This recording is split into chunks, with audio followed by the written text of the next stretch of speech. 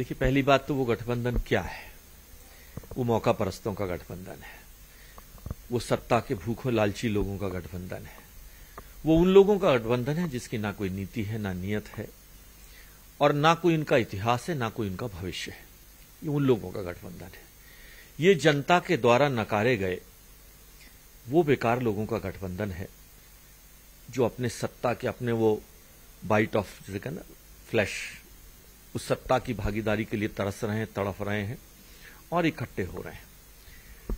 प्रधानमंत्री जी ने जो कहा है कि वो इकट्ठे हो रहे हैं, लेकिन एक नहीं है, और वो एक हो भी नहीं सकते, क्योंकि उनकी कोई विचारधारा नहीं है, उनका कोई ध्येय नहीं है, उनकी कोई मंजिल नहीं है, उनका कोई रास्ता नहीं है।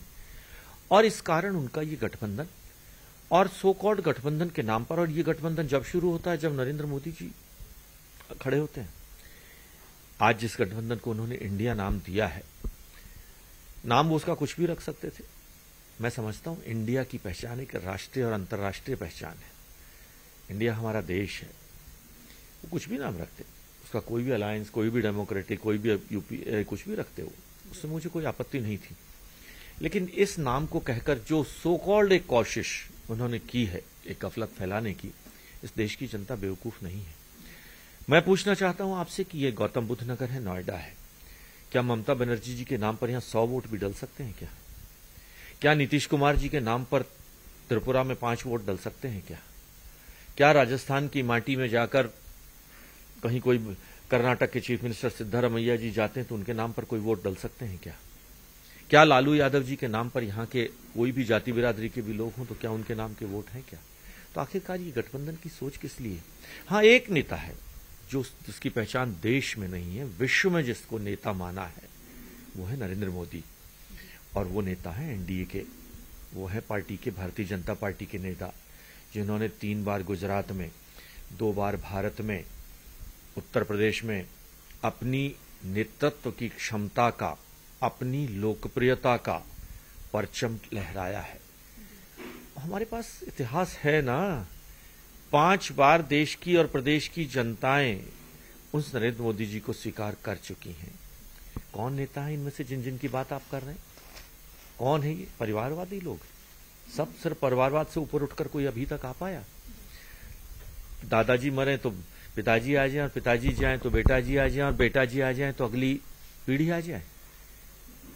वो उनके यहां दिक्कत क्या है कि वो आया, वो धाय जो उनको दूध पिलाती है बचपन में, वो ये नहीं कहती कि मैं किसी लीडर को या किसी कार्यकर्ता को तैयार कर रही हूं।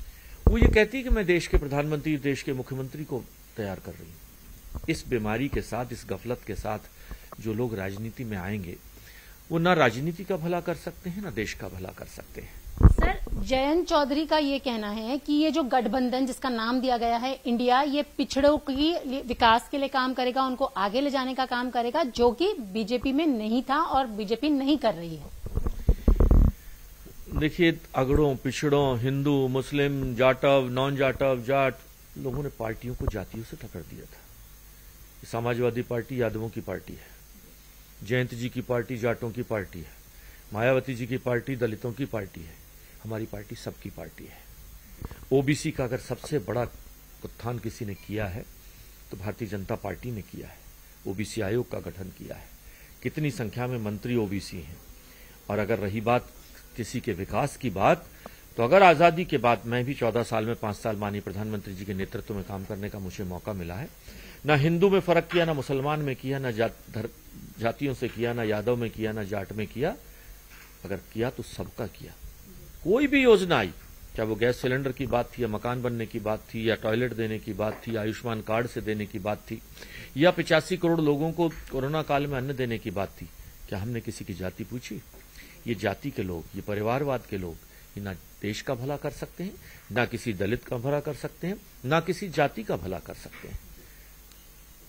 सर, जिस तरीके से बहुत सारे विपक्षी एक गठबंधन में जुड़ गए, लेकिन जिस तरीके से आपने भी कहा कि यहाँ पर अलग अलग जो आवाजें अलग अलग है, यानी कि तो जिस तरीके से नाम इंडिया रखा गया, तो उसी पर नीतीश कुमार की तो नाराजगी भी सामने आ गई है। देखिए, नीतीश कुमार जी आज बड़ी द्वंद्व स्थिति में है। उस गठबंधन एनडीए के साथ मिलकर उन्हें एक पहचान बनी। उनकी पहचान बनी कि उत्तर प्रदेश में एक ऐसे राज्य से उन्होंने मुक्ति दिलाई लेकिन वो एनडीए के थे। जिस लालू यादव जी को उखाड़ फेंकने का राज का काम उन्होंने किया, तब वो एनडीए के नेता थे। और अब वो एनडीए के नेता के वो इधर से उधर कभी कांग्रेस से हाथ मिला रहे हैं, कभी लालू यादव जी से, कभी तेजस्वी यादव जी से वो तड़फड़ा रहे हैं। और जब भी आदमी तड़फड़ाता है तो गलतियां करता है, चूक होती है, उससे जाने अनजाने में होती है। आज वो उनकी स्थिति यही हो गई है। और मैं समझता हूं सबसे ज्यादा पीड़ित अगर कोई व्यक्ति आज है तो नीतीश कुमार जी हैं। सर, 2024 का जो चुनाव है वो इंडिया वर्सेस एनडीए होने वाला है। देखिए, इस शब्द को मैं अच्छी तरह से नहीं लेता हूं। इंडिया वर्सेस एनडीए नहीं, वो जो कुनबा है, मौका परस्तों के कुनबा वर्सेस एनडीए होने वाला है। इस बात से मैं सहमत हूं। और वो चुनाव नहीं होगा, वो एक तरफा चुनाव होगा। नरेंद्र मोदी के कद के बराबर वो सारे मिलकर भी, अगर तराजू के एक पलड़े में नरेंद्र मोदी जी को बिठा दो और वो सारे के सारे अगर दूसरे पलड़े में बिठा दो, फिर भी नरेंद्र मोदी उन पर भारी पड़ेंगे।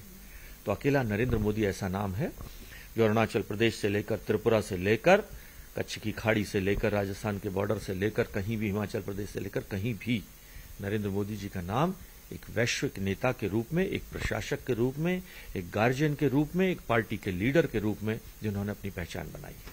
सर, एक सवाल और है, चूंकि आप नोएडा से सांसद हैं, तो बसपा की बात करें तो बसपा ने अकेले चुनाव लड़ने की बात कही है।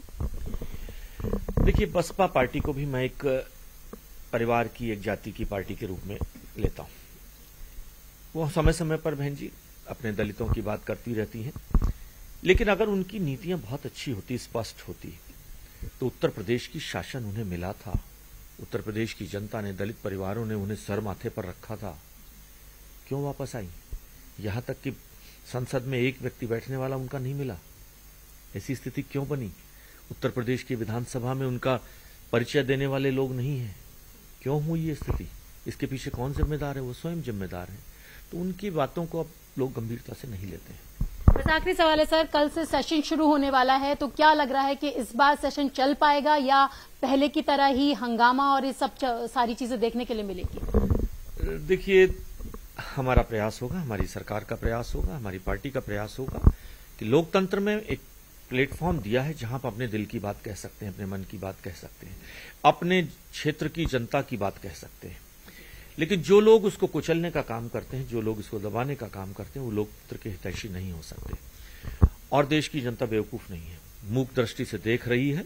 मौका आने पर उन लोगों का जवाब देंगे कि ये क्यों नहीं लोकसभा को चलने दे रहे हैं, इसके पीछे क्या कारण है, क्या उन्हें कुछ छुपाना है क्या? अगर बात करनी है तो प्लेटफॉर्म पे आके बात करो ना, वहां तो किसी को रोक तो नहीं है ना। जब आपके हाथ में वहां का माइक होता है लोकसभा का, तो दुनिया की कोई ताकत का किसी तरह का दबाव आपके ऊपर नहीं होता। आप अपने मन की, दिल की बात, कुछ भी बात आप जनता के हित की बात कर सकते हैं। क्यों नहीं करते हैं?